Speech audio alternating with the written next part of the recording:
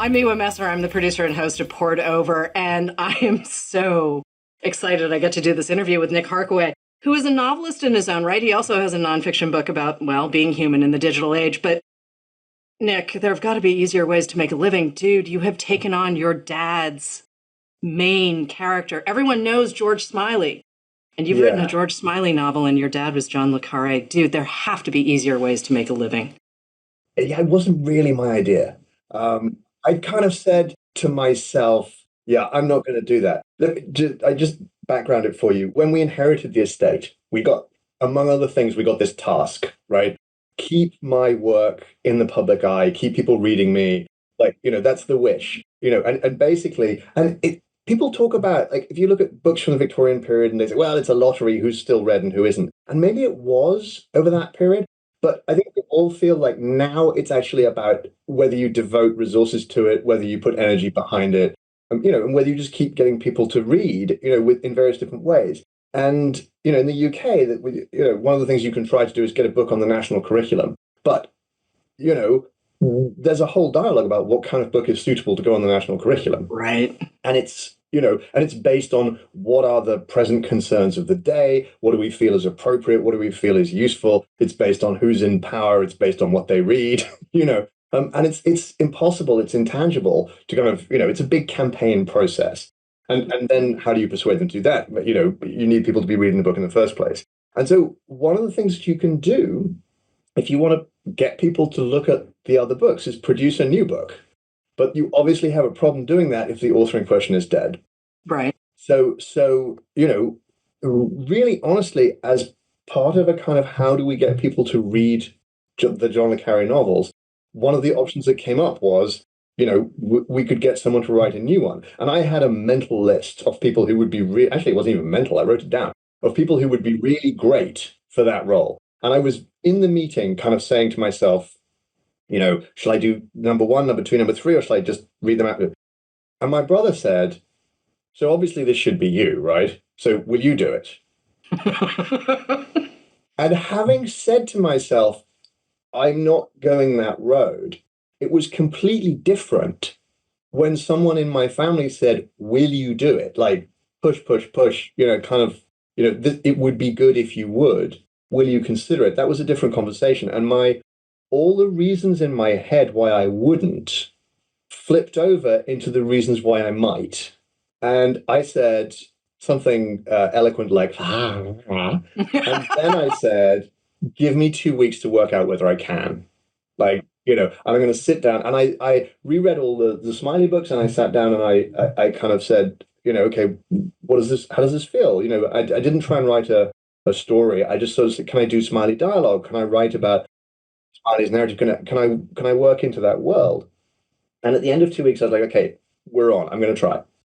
And so there we were. So yeah, there do have to be easier ways to make a living, but this one is fun. It's fun. In the end, it turns out to be fun. Well, I'm happy to hear that because it was really fun to read, which sounds a little strange, but I mean, a Le Carré spy novel isn't really a spy story, right? It's about the theater. It's about the interiority of the spies and the people who are surrounding them. And this is the 10th Smiley. I mean, depends how you count. Okay, because Smiley shows up in the background of, like, the spy who came in from the cold, right? Yeah. Alex Lemus is the main character there. But so, all right, let's call it 10 just for our purposes. Karla's Choice. I've read it twice now. I tore through it the first time because I was like, new Smiley. And then the second time I had to go back and sort of look at how you were creating this, because you've never written under your own name. Harkaway is a pen name. That's right. You've written 8 books on your own. You've done plenty of work. You've worked in film, all of these other things. And I have to say, like, when I first heard that the project was coming, I was like, huh, okay. Yep. Okay. Mm-hmm. Okay. I had an okay moment. I think that is the legitimate reaction, right? I mean, I really do. I think you have to, when you hear that, you have to be like, wow, you better kind of know what you're doing. I have the greatest sympathy in all the world for the people out there right now who are going, I cannot believe they've done this. I will not read this book. What a terrible idea. Like, I cannot tell you how much I get that. Obviously, I hope that somebody will give it to them anyway, and they'll kind of have a kind of, and then maybe I'll sell them on it. But I get the kind of nervousness. My God, Viking had a mini sales conference over here, and I went along to kind of introduce the book to the publishers, and I didn't know what I was going to say. I just kind of, I went along, and usually I kind of prep remarks or something like that. And this time I was like, somehow I don't know what it is, but I need to be in the room. And I was in the room, and I looked at all of them. And I got up in front of the lectern thing, and I was like, okay, the first thing I have to tell you is it's going to be okay. Like, just like, everybody breathe out. I've done it, and it's all right. And the whole room went, okay. I mean, maybe that's not true, but still, like, they were all kind of like, okay, at least you recognize the fear, right? And yeah. I think it's, I mean, I should be, nobody should be more scared than me, but everybody else should be scared too. But the thing is, I felt like I was dropped right in. And there is a preface to the book. I will say there is a preface to the book. And you do say, there is a timelessness to Smiley. Like, I've inherited my dad's Smiley, but there is also this collective cultural Smiley, the way there is a Sherlock Holmes. And I think that actually is a terrific metaphor for what you're doing. I mean, I'm not reading going, oh, so-and-so's alive, so-and-so's dead. I want a Smiley novel, right? Like, I want the baddies. I want the good, well, even the good guys are a little, A little bit, yeah.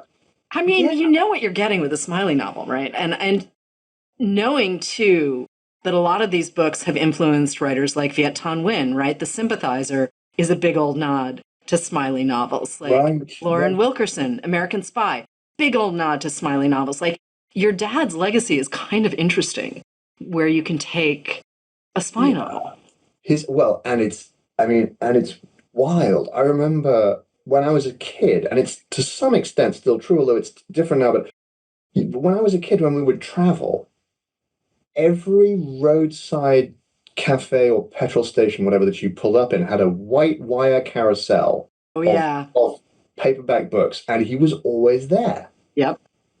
And his ubiquity is the thing that kind of, is almost the most terrifying thing about it, is that, we would go on holiday, and wherever we'd be somewhere, and out of the woodwork would come somebody who'd be like, oh, yeah, no, I read all your books. And this guy would be, the fisherman on the dock in Capri, or, whatever. Just anybody at any time could pop up. And it's just extraordinary. And so, yeah, I'm just kind of, as you say, the influence on writers, but also just locally on just people. I mean, your dad was a household name before you were born.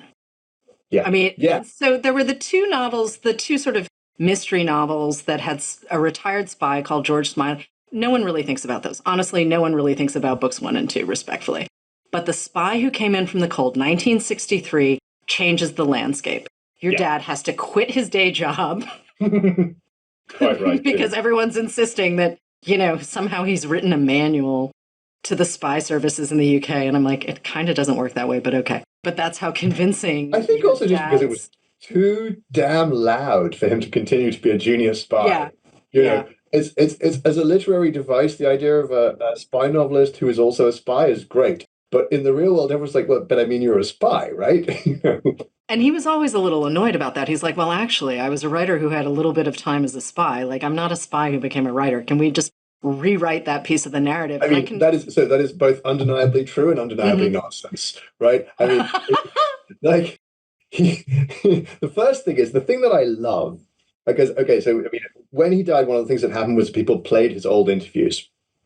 Okay. And so one of the things that I got to see was him on British TV, and American TV for that matter, playing the author in the 60s. And he's wearing ridiculous author outfits, like kind of, the stuff that looks like something from Murder, She Wrote. So he's got the chunky roll neck and the tweed jacket, and he's got a pipe. Oh, now, seriously? He did not smoke it. I mean, he actually did for like a year, but only because so that he could do this, right? And it's nonsense. It's not him. And the best part is this voice, and you can hear it. And someone will say, Mr. le Carré, were you a spy? Well, no, I mean, I was never a spy. People, when you're an author, you create a fictional universe. And then when it's persuasive, people say, well, did you experience this in real life? But of course, in a way, it's very, very friendly. But in another way, it's a little insulting because, no, that's my profession. I make things up. He was a spy. But that voice is also made up.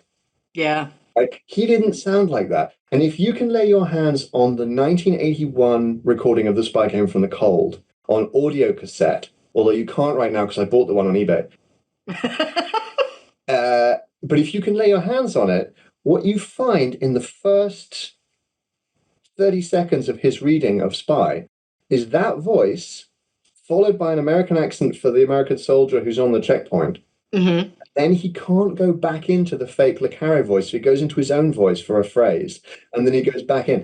And for me, I was talking to Philippe Sands for the BBC. He did an archive hour about my dad, an archive show, which was amazing. And one of the things that we talked about was this fake voice. And I hadn't realized how pervasive it was until I started looking. And then I was like, you can actually see it fading away in the 80s and 90s. The who he was and the stories and the kind of, the was he a spy? Yes, he was, although he was a very minor one, except that at some point someone told me he was also fast-tracked, and whatever that means. And by the way, I know nothing that is not in the public record. He never sat me down and kind of said, well, actually, I did this.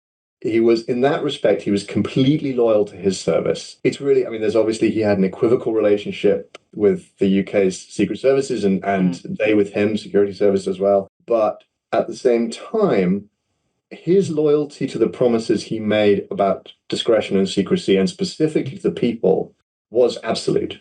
And funnily enough, occasionally you'd see, somebody, most recently, I think Richard Dearlove got angry with him and they had a set 2 in the paper, which I felt, I'm biased, but I felt my father definitively won. Just like in the most, you can look it up online, Dad's response is so brutal. You're just like, oh my God, like, is that guy ever going to leave the house? That aside, they were actually in person. People were glad to see him. Sort of officers of the security service, retired and otherwise, would pop up when we were on the Brexit march. A guy kind of filtered out of the crowd and was like, I just wanted to say I really admire your work and I love the way you're taking a stand on this and so on, and then just disappeared again. And he'd been an intelligence officer, and it was very much like that. So it was an equivocal relationship, but not a bad one. But also growing up in that kind of fame, right? Like, fame in the 60s and 70s was different than it is today. Your dad was a global name. Yes. From jump. The thing is, I genuinely don't know what it's like not to live with that. Okay. Like, I persuaded myself for the first half of my life that my mother had successfully kind of filtered that out so that I had a reasonably ordinary childhood. And that is true and also not. Like, my first experience of the press was a Parry Match photographer's zoom lens over the back garden fence. And the most boring paparazzi photographs they have ever taken, me eating a donut, like as a 5-year-old or whatever. Like, I cannot imagine what they were like, oh, this is very disappointing. And this appears to be a small angelic child. There is no debauchery.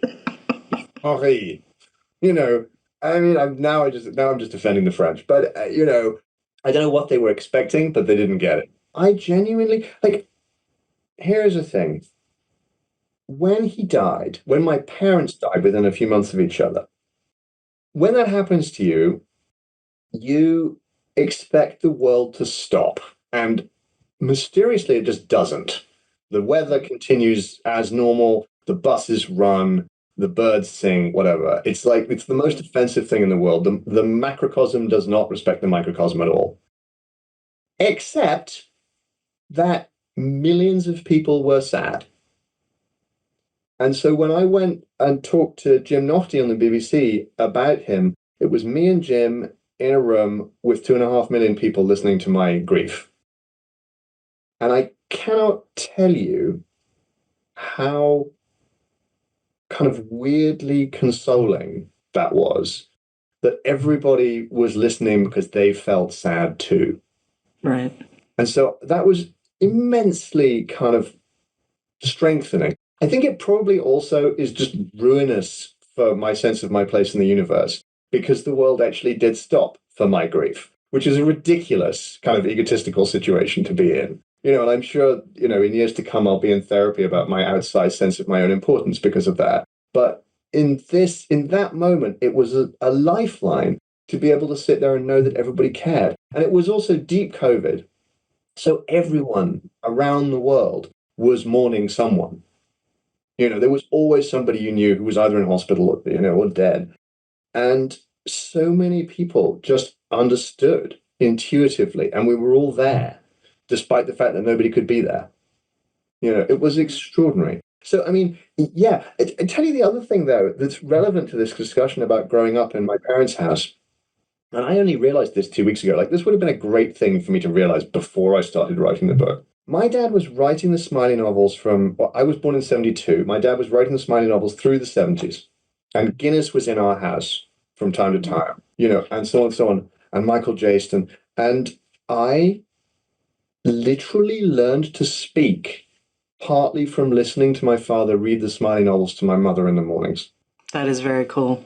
And so when I came to write this book, I was like, this is weird. I don't really have to turn the dial very far to get into this space. I was not congratulating myself exactly, but I was like, there's more of my dad's writing in me than I tend to acknowledge. And then I was thinking about it a couple of weeks ago. I was like, yeah, no duh. Yeah, of course there is. Because you had Richard Scarry, you had the Moomins, and you had Smiley's People. Like, those were your, kind of how to read books. You actually sound like our house too, which is wild to me. But yeah, there was a lot of Le Carré in our house. Honestly, when we were talking earlier and you said the thing about being the kid who took the book off their parents' shelf. Oh, completely. Yeah, I was like, yeah, no, we have that in common. I mean, yes. I mean, there were books everywhere. And the thing is too, YA didn't when you and I were coming up, YA didn't exist the way it does now. So you had to start punching above your weight as quickly as possible because you went from Moomins, really. You went from Moomins well, no, I didn't go. Well, so I mean, de facto, I did go direct because it was just all around me. But actually, I went from Moomins to The Lord of the Rings. But you're right. I mean, it was I mean, a smaller number of books were published. And you didn't have access to them. You only had access to what was on the shelves in your local bookshop. And Discovery, people talk about the problems with Discovery now. Discovery then, I don't even know how that worked. It was, I guess, if you were very lucky, it was on the radio, TV, whatever, not TV, newspapers, but I mean, word of mouth. It was literally, and then what the booksellers chose. There was a great bookshop here in London when we lived here, and I was a kid up the road. And they had a sort of science fiction and fantasy shelf, which was regularly restocked. But I would bottom out regularly. I would run through those books and not have anything that I wanted to read because I had read everything that they were selling. I was a library kid, and I had, shall we say, an adopted American uncle who ran the library. And he was like, okay, kid, here you go. Here you go. Yeah. And so I had the run of the place. It took me a minute to figure out what my taste was. I had really just kind of it was everything from like Graham Greene to Toni Morrison and, points in between and the stuff that you discovered. But there was also, frankly, a lot of, V.C. Andrews and Sean Saul and stuff like you just read prodigiously until you figure out like what the thing is. I did read The Hobbit. That got me off the Lord of the giant gap in my reading history. I have not read The Lord of the Rings. I know it's one of those things I should probably experience, but The Hobbit, I was good. I love The Lord of the Rings, but I see no universe in which not having read it is a crisis. Like, I haven't read The Remembrance of Things Past. I just haven't. Okay, first volume I like, and then I'm good. Yeah. And it's like, and I know I will, but you need a moment. And the thing is, let's say that I'm not massively focused when I'm not working so I tend to have about 15 books on the go, which is not a great way to read that book. And I tend to be like, at the moment, I am reading A History of Finland by Henrik Meinander, who is very keen in his introduction to explain that the book is published in many languages, that Finnish studies have moved on since he wrote the first edition, so he has updated it for the individual languages so that the history of Finland will be accessible to people from cultures which are not Finnish, and also with reference to these new studies. And I'm finding the book fascinating, but I have to say it is consistent in tone. It is strongly Donish. It's not a laugh riot. And it's one of those things where he moves through events like the Stockholm bloodbath of 1523 with barely any reference to what actually happened, as if it's kind of, not really worth talking about because it's kind of unpleasant. And it was like that was your end of first episode like hook for the rest of this book. If I was making the Apple premium series of the history of Finland, that would definitely have been like where I would really kind of get the movie going. Well, and speaking of Apple, among other things, you were a screenwriter before you started writing novels. And that massively dignifies my totally unsuccessful screenwriting career. Okay, but I mean, obviously you were always going to tell stories, right? I mean, you've got Dad sort of, I don't want to say looming, but the man had a career. Definitely big in the background. Definitely, yeah, maybe not looming, but what did I say when I was just starting with novels? I said it's not that you're in the shadow; it's that you don't want to stand next to a lighthouse waving a torch. Right. Okay. I mean, I had this moment when I was at university. I did a politics and kind of global security aspect of the degree. I had my eye on either Eastern European or environmental politics as a kind of focus. And I sort of had maybe environmental law in my sights. And I finished my degree and I could not imagine signing up for another year to do law conversion and then whatever. So I was like, okay, I'm just going to take a break. I'm going to just do some work and be in the world for a while and touch grass. And I went off and got, it's not a great way of touching grass, but it's great for everything else. I got a job on a movie just as a runner and just kind of working all the hours and being bewildered by how insane it all was. And I loved it. And so I kept doing that for a little bit. And then I was like, well, movie sets are incredible and intoxicating when you're working on them. If you visit them, they're the most boring thing in the world. You see the same thing over and over again. But when you're working on them, there's all this effort and insanity that goes into creating these moments. And these incredible people, like there was a spark working on a show that I worked on who took I think 40,000 volt shock, fell 12 feet off an iron ladder onto his back. And they reckon that the impact with the ground restarted his heart. The next day, he was like, yeah, no, I mean, I got some bruising. And the others were like, eh. He's like, no, I mean, I'm going to have calcium deposits, but that's what it is. I'm an electrician. And just kind of crazy stuff. And the effort that people go to. And then all of that, whisper it, because the movie industry hates to think about this, all of that is in vain if the script is no good. Right. I was like, okay, well, I mean, I could help with that.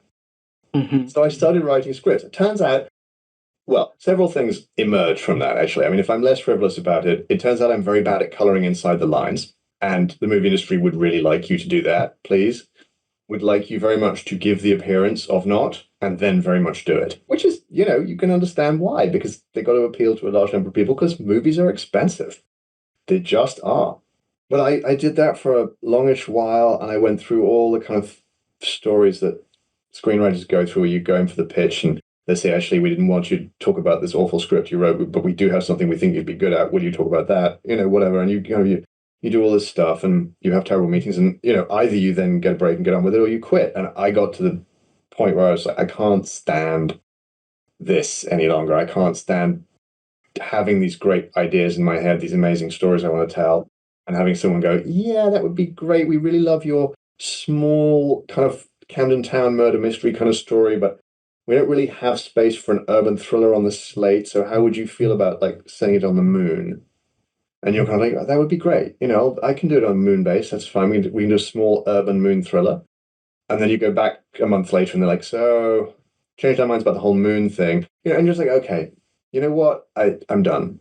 And I just couldn't be a stereotype any longer. I mean, I kind of am, but I couldn't do that. So I said, okay, I'm going to write a book. And if it doesn't do anything, if no one's interested, then I really will go and do some kind of environmental law thing. So we are all rescued from me being a terrible environmental lawyer by the fact that the book industry was like, yeah, you'll do. Well, world building, right? Like if I look at all of the novels you've done, and I've got 4 of them on my desk right here. One written under the name Aidan Truen? Yeah, Aidan Truen. That's an anagram of the main character, one of the main characters in Nomon.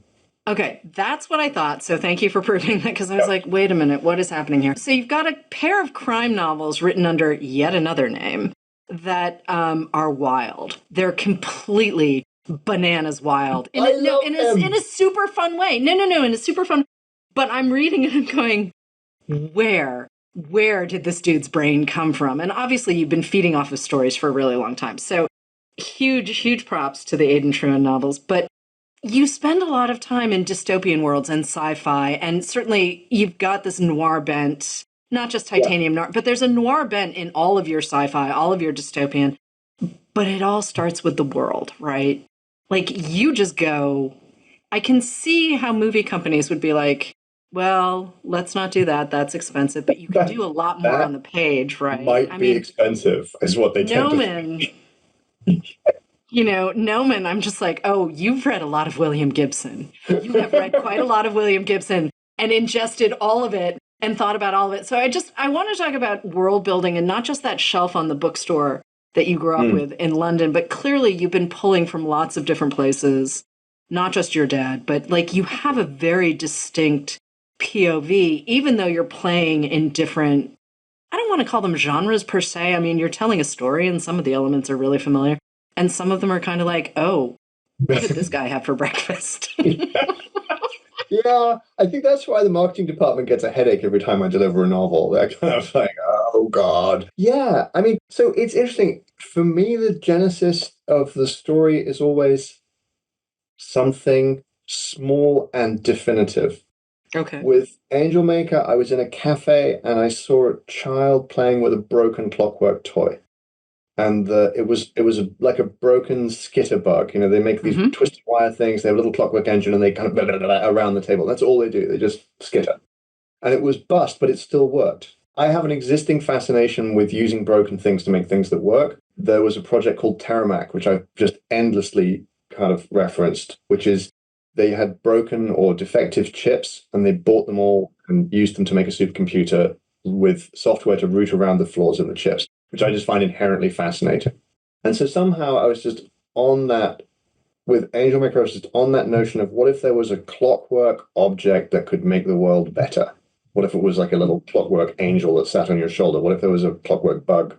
And I was kind of noodling around with that idea, and then there was an idea that I'd had kind of again ages before of just a kind of heavily armed Miss Marple. Like, wouldn't it be fun if when Miss Marple was kind of, revealing the villain at the end of the, well, I think the trouble is that Geoffrey was trapped in the belfry. And then suddenly the bad guy, instead of going, you got me banged to rights, they went kind of like, okay, now I'm taking you all hostage. And she just pulled the biggest service revolver in the world from under her blanket and just went like that, and you would just never see Miss Marple in the same way again. Right. Incidentally, I expected Judi Dench's M to do that at some point in the Bond movies. Yeah. I just expected there to be a moment where the bad guy came into her office and was just kind of going, I'm going to destroy everything. And she just pulled a very small gun, shot him once in the head, put it down, said, have that cleaned. I did used to be a 00. I'm not a moron. And just Bond's just sitting there like, I really thought that was going to be me who did that. And so this is exactly what happens, right? This is the world building thing in Micro. I have that idea.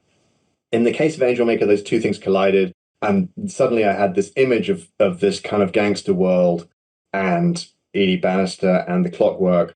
And Joe just kind of emerged from the landscape as being the inhabitant of that world. And it's essentially like that every time. It's a kind of, it's not, I don't see a horizon over a neon city. I see a person, and from them I derive a world. Right. I mean, to me, I'm always reading for language first, right? And that was one of the delights of Karla's choice, where I was like, oh, the wit and the asides and like the bad behavior, everything's here. Everything is here. It just works, right? So again, it's its own world building. But for me, that always starts with language. And language and character, I think, obviously are inseparable. If stuff happens, I'm less concerned. I really need language first. It's like, we can hang out at a table and I Yeah, realize that's not necessarily what you're supposed to do, but like as long as the language is there. I think there are kind of different reading experiences. There are Okay. definitely things that I read where I'm concerned about the event, and TV shows too. Where I'm just like, I really just want to know what happens. And then sometimes with those, particularly in TV at the moment, because there are just amazing writers working in TV. Sometimes you get this situation where you're like, I'm watching the show for the event, and it turns out that the writing is amazing and the Right. actors are amazing, and you're like, this is way better than it needs to be this show. Like I would have watched this for junk entertainment. That would be great. But now I'm watching something really, spectacular. But I agree with you. I mean, I fall in love with language a dozen times a day. I mean, somebody will say something slightly wrong or slightly goofy, and I'm just there for it. I'm kind of like, wait, you Right. need to write that down. What else can we do? In fact, Stefan Tonfamakaska in Titanium Noir, that name Tonfamakaska was a typo that someone made in a tweet. Oh, seriously? That's Yeah, great. this guy A sent me a good thing tweet. came from Twitter. Right, that's not going to happen again. Never. I never again. I no, but this guy sent me a message, and it was just kind of like, I went out to the car, whatever, and instead of writing to the car, it just, suddenly it turned into one. The cat stood on the keyboard, whatever, and it was like, I went out Ton Famakaska, and then this happened. And then he was like, wow, that did not see that coming. I was like, can I use that? I need to use the Ton Famakaska tweet. And so, yeah, so Stefan's name is just taken from that. It's just random word, but because it was beautiful, I was just like, that's a name. It's probably almost true that Titanium Noir had its genesis in that moment. I was like, who belongs to that name? Ha ha ha. Then you're in the business of kind of like what else? Magpieing things from other places. Like what am I going to build into this? Where do we go? But this is the interesting thing for me. One of the appealing things for me creatively about writing Karla's Choice was, can I really color inside the lines? Hmm. Because like when I wrote Price You Pay, first Aidan Truan book, I really thought that that would be received as a comic crime novel, kind of like in a recognizable mode. Like I genuinely believed people go, oh yeah, no, I get what's happening here. And that is not what happened. Yeah. In no sense was that. And I was like, okay, look, here's a perfectly ordinary white collar drug dealer who finds out one morning that the seven most terrible people in the world have been hired to kill him, and he does terrible things to them until they go away. That's like the simplest imaginable crime plot.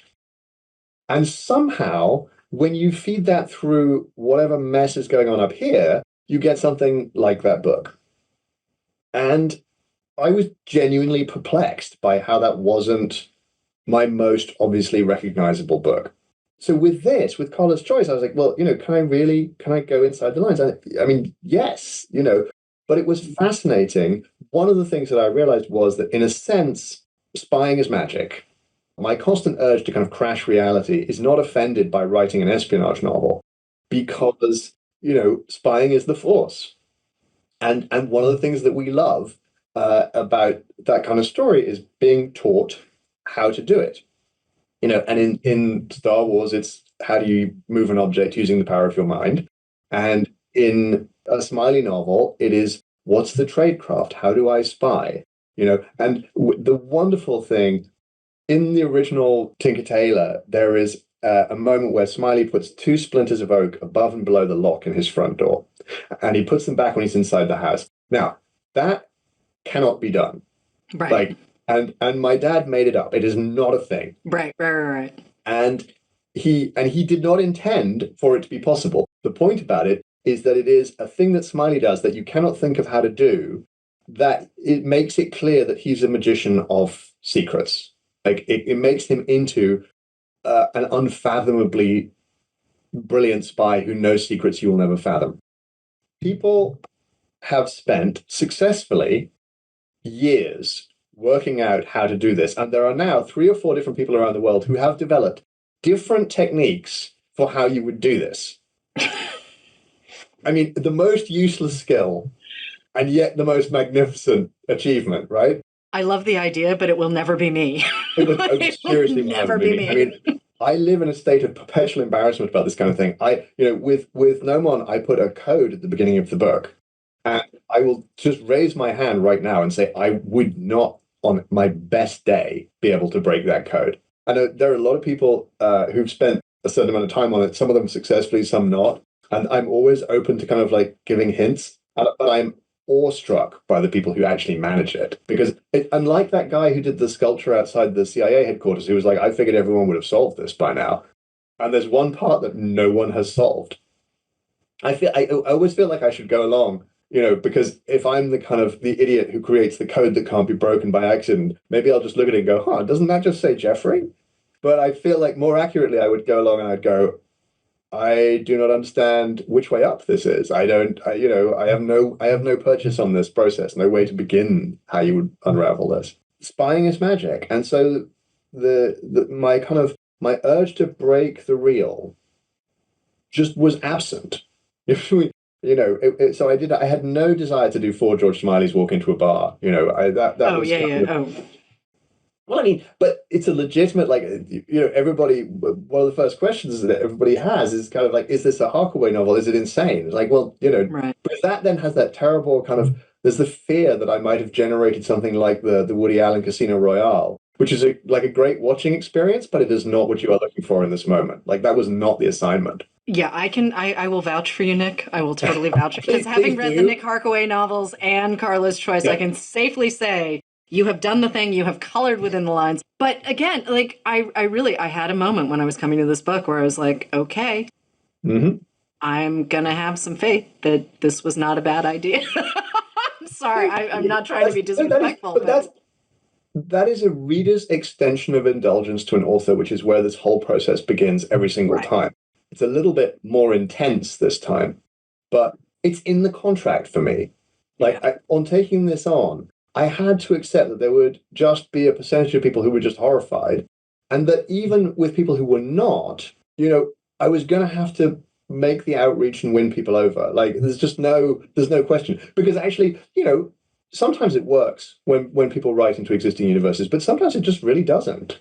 Yeah. And that's not even an issue of skill or talent. Sometimes it's just a mismatch, or it's just wrong, or sometimes you just probably shouldn't be doing it. I felt when I was writing it that it was okay. I gave it to my family, and they kind of. I was going to say they said it was okay. Actually, they said more than that. Very Mm. un-British conversation. They were very happy, And then as we broadened the circle, widened the circle of people who read it, we began to get these kind of reactions, which were just like, you know, I thought this would be interesting. I thought it would be okay. I didn't realize that it was going to work like Yeah. this. And that, you know, that's actually as much as I can possibly ask for. Obviously, I want more. I want everyone to fall in love with it in an insane way. I want people to get tattoos of quotes from it. But I'm just already delighted by the little responses that I'm getting where people are just happy. And one of those people is the novelist Joe Hill, who, if you've ever seen him in person, you know exactly who his dad is. He may write under a pseudonym as well, but I promise you, if you've ever seen a photo of Joe Hill, you've I ever seen him in real life, I you know no exactly that he is Stephen King's son. well, so you mentioned Bill Gibson earlier. Bill Yep. put Joe and me in a room Okay. with the expectation that we would talk about dads. Yeah. And halfway through lunch, he made this kind of face. He was like, oh, God damn it. I said, what? He said, I just realized you each are the only person on earth to whom that neither of you has to explain about dads. Yeah. Like, the conversation that I wanted is the conversation you specifically do not have to have. Right. That vastly simplifies the human experience, but I do. I mean, Joe is a great guy, and Hmm. we're friends. But I also I feel like on some level, I can ask him questions which there are very few other people in the world who can answer them. Right. Hey, can we go back to film adaptations for a second? Because You the can go world back to saw film adaptations. a giant pop. So 2011, Tinker Tailor Soldier Spy is remade with Gary Oldman. Yes. And we see a pop in your dad's sales again. And then The Night Manager, which is not a Smiley novel, but I think Tom Hiddleston didn't hurt. We saw another pop there when that miniseries came out. Yeah. The original Alec Guinness Smiley's People, my 12-year-old self is very disappointed. It is not available to stream in the United States. I Now. was kind of hoping to get an eye Yeah. on it before you and I sat down as book because I remember sort of poking my head in. I did not watch this with my parents, but it was on PBS in the US. And I would poke my head in and, my parents were glued to PBS. And then I would look and be bored and, wander off because when you're small, what do you know? But I was kind of hoping to watch it as an adult. So what's going on? So that's really interesting. So the short answer is I don't know. This actually came up like 3 days ago because I wanted to know whether it was available in the US to stream. So genuinely, you've just answered my question. And so my other half, we poached from a career in human rights and so on. I thought we would be massively over-cannoned. She's extraordinary. She has a background in intellectual property law. Then she was a human rights activist lawyer for a long time. And of course, what happens is when you bring someone like that into the tiny rowing boat of our company, the rowing boat starts to acquire the kind of attributes of a battleship. And so John le Carré Limited is turning into a sort of sleek, powerful machine that does extraordinary things, largely because of her. And one of the first things she did was hire me to write Karla's Choice, which brings up this kind of slightly unlikely situation where she is my boss and I sit on the board and so am therefore her boss. And so the kind of the power relationships in our house remain as confusing and completely useless as always. And she actually, you can't see, but her desk is about 2 meters, well, 1.5 meters away from where I'm sitting. She's not there right now, but we kind of occasionally kind of, shake our fists at one another and go kind of obedience. And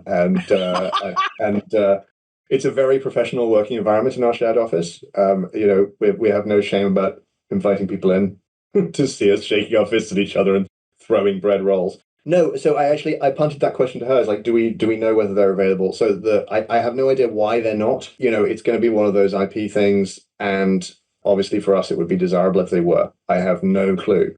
So I will actually just try and find out.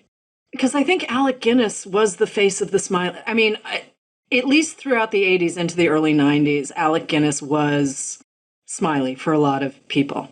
And Guinness was so definitively Smiley that he kind of took the character away from my dad. When Dad came to write sort of the later books and so on in the Smiley trilogy, he found it initially very difficult because he was hearing Guinness's voice instead of the original Smiley voice, and it made him very grumpy. He was kind of peevish about that. When I came to do Karla's Choice, I mean, we touched on this earlier. I decided that I had to recognize that the Smiley that we collectively think of is going to be a blend of all the Smileys to a greater or lesser extent. It's not just the voice in the book.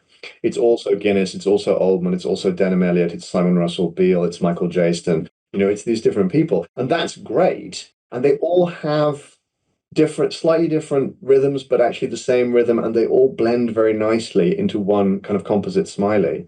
And so it's very exciting to kind of look at that and go, it has to feel, you said it has to feel right. And that was very much my kind of my own internal guideline was kind of, can I feel like this would fit into the Tinker Tailor TV show? Do I feel that this would fit, with Simon Russell Beale on the radio? How would that work? And Simon has now, I think, read Karla's Choice for the audiobook. So, we have this amazing situation where, he who read a bunch of my dad's books is now going to kind of carry the Smiley voice onwards for me. And that's incredibly exciting. And I met him for the first time the other day. He's inevitably incredibly nice, so that was just a kind of massive lift for me. But anyway, yeah, so he's a syncretic Smiley or syncretic. I don't know how that word is pronounced. I've only ever seen it written down. That to me is the sign of a reader. I read faster on a screen than I do on the page, and my brain. So when I'm prepping for the show, I have to read on paper because I have to be able to make notes and dog ear. Right. I destroy galleys. I greatly approve of this process. Because I need to be able to write, I need to be able to make notes about what characters are doing or an earlier reference point, and it's the way I prep. No, and I think it's important to be able to do that. I think it's important to kind of not worry about doing that. We kind of fight to the death for the existence of the story and whatever. But if somebody spills coffee on a book, that's not the end of the universe. It's No. they haven't committed some dark sin. So I think it's it's one of the things with paper books particularly, they exist to be physically interacted with. Absolutely. If you Absolutely. write in the margins, the marginalia thing is fascinating. If you write in the margins of a book, I missed my opportunity because I was too slow off the mark. The Italian physicist Carlo Rovelli came to the UK and he did an interview, and they asked me if I had a question for him, and I love his writing. And I realized that I started writing Gnomon in the back pages of Seven Brief Lessons in Physics. Oh man, that is So cool. I wanted them to ask him, in what books did he start writing the notes for his own? Like what back pages had he defaced? But I was too late, so they didn't ask him. But I said they had to ask him next time. But this is my Proust questionnaire question for everybody. Is like, Yeah. what books do you write? Do you find yourself compelled to start writing a new book because it's so damn good? And use the end papers for that. I've also bought new editions of things because I like the new jackets. Yeah. And See that also. mass markets were never designed to last. So the paper was gross, it starts to smell, they fall apart, the binding breaks, all of this stuff. So have I bought new copies of some of the Le Carrés? Yes, I have, because you know what? Those new paperback jackets in the US are fantastic. What the Matt Taylor ones, the one they're so good. He is so good. He's extraordinary. One of the pleasures of my life is that he's now designed a jacket for me, and it's and we're kind of in distant touch on Instagram. I occasionally see Matt Taylor has liked. I'm like, hey, good. Hey, when do we get the next Smiley novel? I realize this one is just about to come out in a couple of weeks, but when do we get? So you have to sell a bunch of this one to persuade everybody that I get to play again. Okay, working on it. Working on it. But I mean, in all seriousness, what I said when I agreed to write the first one was that I would do one, and we would kind of see how it goes, because you have to make space for the possibility that I'm going to crash and burn. I have to say my confidence level has risen a little bit since we said that, because of the responses to the book so far, just as a practical matter. I touched on this earlier. It's extremely un-British to feel confident about an artistic enterprise like that. It's very, it's very alien. There's a part of me which is more hard-nosed and looks at this and goes, well, this is as good a launch pad as you could wish for. So, you have to start, in kind of practical, creative, and scheduling terms, you have to start thinking about, as you say, where's the next one coming? So what I said was, I have to be able to do it in alternate years so that I can write my own stuff as well. I have a Harkaway novel coming out next year. Don't know whether I'm allowed to say what the date for that will be yet, so I will pretend that I'm not and just kind of that it's coming. And then, assuming that I write another one, which I think of the Le Carrés, which I think is plausible, that would come the year after. The kind of crazy thing is that I have a kind of backlog, because I was writing a book in 2019, 2020, and then the pandemic happened and the world went crazy. And then I got excited by the Cal Sounder story, and I wrote that. And then I actually have a book which I started in 2019, which I finished and I'm now editing. So as well as the second Cal Sounder, I have that, and I have so I actually have kind of things that I can slot into that, so that I get to feel that I'm still me, as well as this guy who is writing into his father's universe, which simultaneously is very much a me thing. Like I really don't feel compressed or displaced by it. But at the same time, although I really love that experience, I also like being able to do something where a giant ghost shark eats Fortune 500 companies, and that's not something you can do in a Le Carré universe. So I have to be able to balance the two parts of myself. No, there's more than that, but I have to be able to balance those things. You have to be able to play on the page. Yeah, exactly. And and while it turns out that I can color inside the lines, it also turns out that I'm not good at doing one thing at a time for a long time. That's fair. That's totally fair. All right, Nick, you know what? We are out of time, and I knew that was going to happen. But also, I don't want to hit any of the plot points in Karla's Choice. There are a lot of great characters. There's a lot of good stuff that happens. There is a lot of very excellent, detailed spycraft that is really fun to read about. And yeah, it's still... okay, it's a novel about spies that isn't really about espionage, but that's a whole different thing. Anyway, just go read it. Just, if you love Le Carré, if you don't love Le Carré, if you love The Sympathizer by Viet Nguyen, go read Karla's Choice. Anyway, Nick, this was awesome. Thank you so much. Also, the Harkaway novels, Gnomon, Titanium Noir, Tigerman, and Seven Demons, which is an Aidan Truhan. There's a lot of Nick Harkaway to read. And there's also always Le Carré. Thank you so much, Nick. Thank you. Hello, readers. It's time for another TBR Top Off. We're going to recommend a couple of great books to pick up when you stop in for your copy of Karla's Choice. I'm Mark at my Barnes & Noble in Cincinnati, but I'm going to let two of my favorite book buddies take over this because I know they are both mega fans of John le Carré. So I've got Donald in Detroit and I've got Jamie in Kansas City. And I'm going to go ahead and let Donald kick us off. Donald, what do you have for us? Okay, I got to start by saying that when John le Carré passed away a couple years ago, I was heartbroken. He's one of my absolute favorites because of how unique his writing is. There's just nobody like him, right? That literary style, the realistic characters, all of that. So, when Silverview came out a couple years ago, I thought that was it. So, again, quite surprised and thrilled that his son, Nick Harkaway, was going to carry on and bring Karla and Smiley back. So that's a huge, huge win for anybody who loved John le Carré books. Second thing is, it was hardest thing ever for me to pick a book to recommend with this. Not because there's not a ton of great books, but just I couldn't figure out what direction I wanted to go in. But what I landed on was Lauren Wilkerson's American Spy. When I think about this book and why I would want to associate it with John le Carré is his books were always about really redefining what it was like to be in that kind of job, in that kind of government service. And when you think about American Spy, it takes place in the 80s. It deals with the Cold War, and it has an African-American woman as its main character.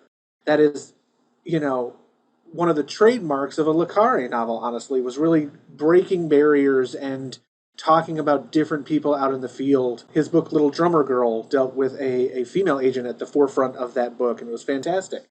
What Lauren Wilkerson, though, does that kind of elevates that storytelling is it makes her main character, Marie, so likable, and yet you're afraid for her, but yet she's super good at what she does.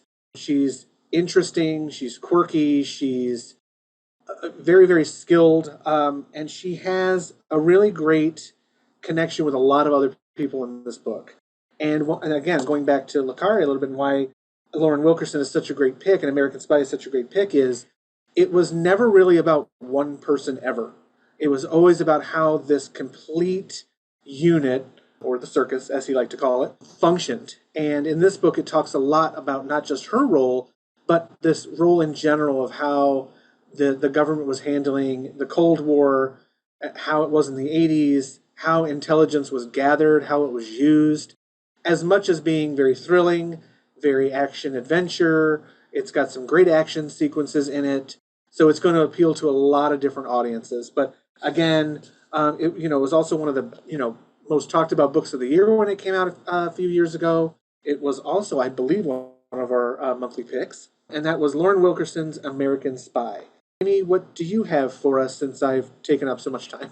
No, I'm same. I could talk about le Carré forever. I'm not sure if I can express to you how much of a fan I am. I mean, a superb novelist, like you said, in any genre, but particularly his George Smiley novels. And my love of those books, which I actually have like a little box set right there that you can see. If you're on YouTube with us, you can see them on the shelf, are really what led me to the book that I'm going to recommend to you today, and that is a nonfiction book. Surprise! I love to recommend nonfiction to read with your fiction, and that is Ben McIntyre's Spy Among Friends, Kim Philby and the Great Betrayal. So not only is this what you would expect from Ben McIntyre, which is, a finely researched, entertaining, sometimes a little infuriating, sometimes a little funny story, but it is also a story that is really actually based on a true story. And we never knew that what we were seeing on the screen when we watched Tinker Tailor Soldier Spy or when we read the novels, we never realized that this was based on a very specific story, and that is Kim Philby and his tale. In real life, le Carré and Ben McIntyre really admired each other, and Le Carré wrote the afterword to this book and spoke about its relationship to his Smiley novels. It's going to take you behind the scenes at the circus, the MI6, what he's nicknamed MI6 during the Cold War. McIntyre's book is going to show us that it is the shadowy and secretive and morally ambiguous place in real life that we see on the fictional page. And it turns out no one there can be trusted, no matter how high-ranking they are. So Kim Philby was this very high-ranking British intelligence officer who was the whole time, his entire career, secretly working for the Soviet Union. This is decades long that this went on, and the sheer volume of the secret information that he had access to and that he shared with the Soviets throughout the Cold War was just unmatched, and it resulted in secret British operations completely crumbling.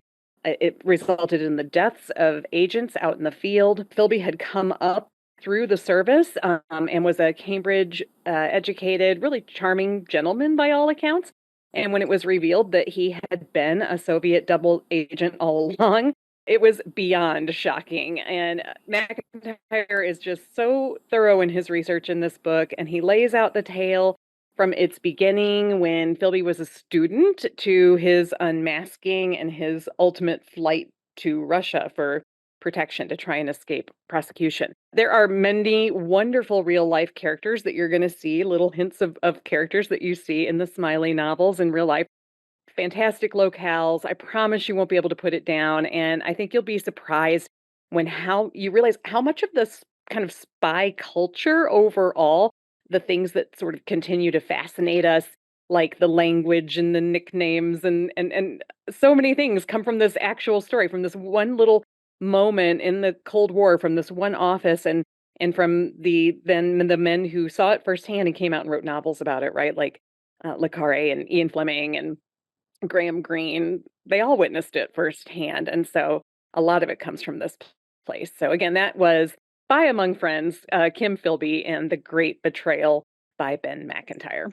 Honestly, I could listen to the two of you just talk back and forth all day about your love of John le Carré and really spy novels in general and books forever. I love when the two of you have just like a fiery passion for a particular author. It just comes out in a beautiful way. So thank you both. But guess what? That's all the time we have for today.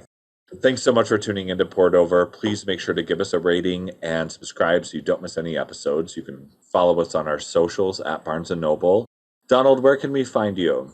You can find me at BN Fairlane. And Jamie, where are you situated these days at your BNN? You can find me at BN Plaza KC. All right, everybody. Thanks for tuning in. Have a wonderful day and happy reading. Bye, y'all.